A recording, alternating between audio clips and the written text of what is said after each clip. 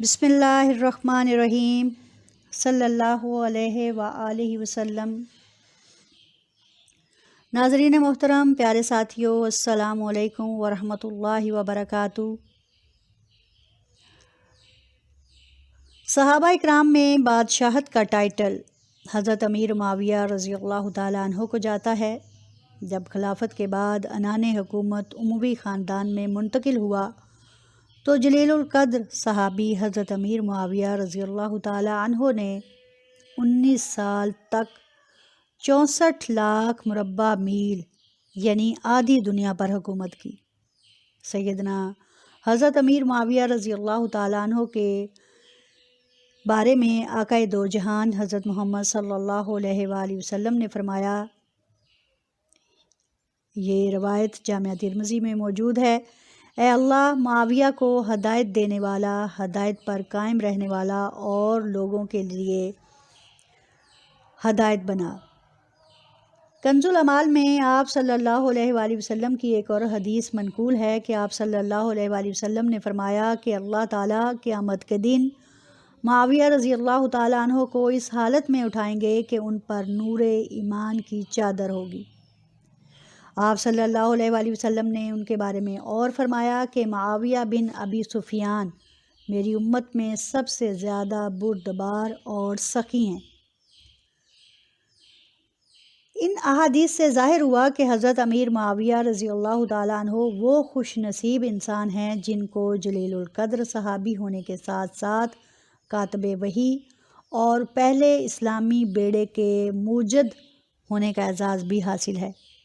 حضرت امیر معاویہ رضی اللہ تعالیٰ عنہ حضرت ابو سفیان رضی اللہ تعالیٰ عنہ کے فرزند ام المومنین حضرت سیدہ ام حبیبہ رضی اللہ تعالیٰ عنہ کے بھائی، جو کہ اپنے والد کے ساتھ فتح مکہ کے موقع پر مشرف با اسلام ہوئے۔ جب آپ رضی اللہ تعالیٰ عنہ نے اسلام کا اعلان کیا تو آپ صلی اللہ علیہ وآلہ وسلم نے انہیں مبارکباد دی اور مرحبا فرمایا۔ آپ صلی اللہ علیہ وآلہ وسلم حضرت امیر معاویہ کی صلاحیت و قابلیت سے آگاہ تھے، اس لیے انہیں اپنے خاص قرب سے نوازا۔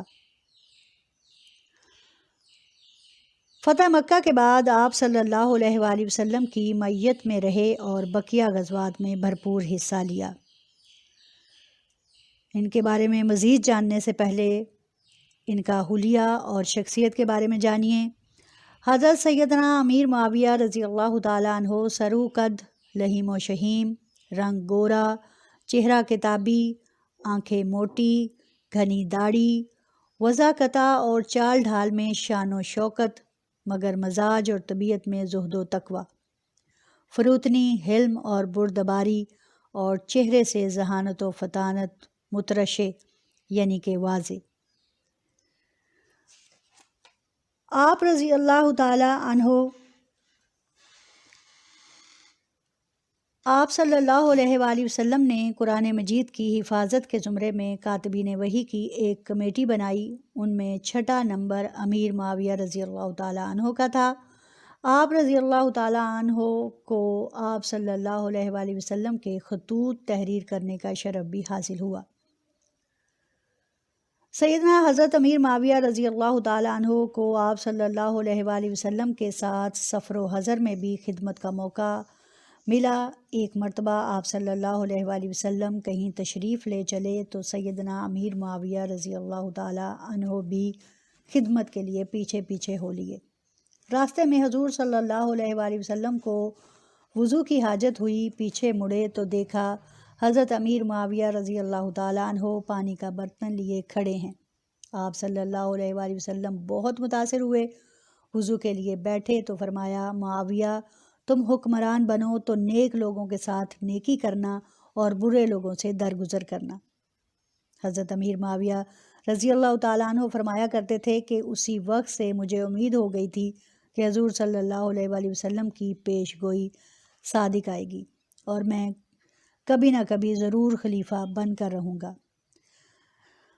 علامہ اکبر نجیب آبادی تاریخ اسلام میں لکھتے ہیں کہ آپ صلی اللہ علیہ وآلہ وسلم نے اپنے باہر سے آئے ہوئے مہمانوں کی خاطر مدارت اور ان کے قیام و طعام کا انتظام بھی حضرت امیر معاویہ رضی اللہ تعالیٰ عنہ کے سپرد کر دیا تھا۔ خلیفہ اول کے دور میں آپ رضی اللہ تعالیٰ عنہ نے مانعین زکوٰۃ یعنی جنہوں نے زکوٰۃ دینے سے انکار کیا اور جو ختم نبوت کے منکر تھے یا جھوٹے نبوت کے دعوے دار تھے یا مرتدین کا جو فتنہ تھا ان کے خلاف بھرپور حصہ لیا۔ ایک روایت کے مطابق مسلمہ کذاب حضرت امیر معاویہ رضی اللہ تعالیٰ عنہ کے وار سے ہی جہنم رسید ہوا۔ خلیفہ دوم کے دور میں جنگ یرموک میں بڑی بہادری اور دلیری کے ساتھ لڑے۔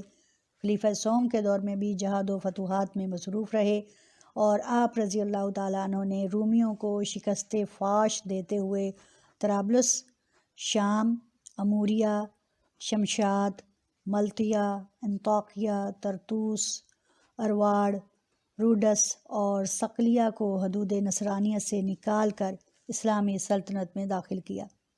حضرت عثمان غنی رضی اللہ تعالیٰ عنہ کی طرف سے بحری بیڑے کی تیاری شروع کر دی اور 28 ہجری میں پوری شان و شوکت اور تیاری و طاقت کے ساتھ بحر روم میں اترے۔ وہاں کے باشندوں نے صلح کر لی مگر بعد میں بدعہدی کرنے پر پوری بحری طاقت کے ساتھ، جس میں تقریباً 500 کے قریب بحری جہاز شامل تھے، قبرص یعنی کہ سائبرس پر حملہ کر کے فتح کر لیا۔ اس پہلی بحری لڑائی میں قیادت اور فرائض آپ رضی اللہ تعالیٰ عنہ نے انجام دیے۔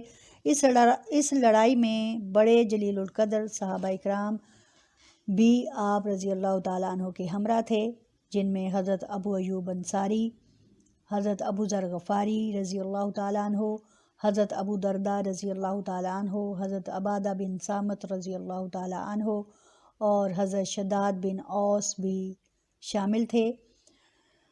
اللہ تعالیٰ ہمیں صحابہ اکرام کی شایان شان، عزت و عظمت بیان کرنے کی توفیق دے۔ وآخر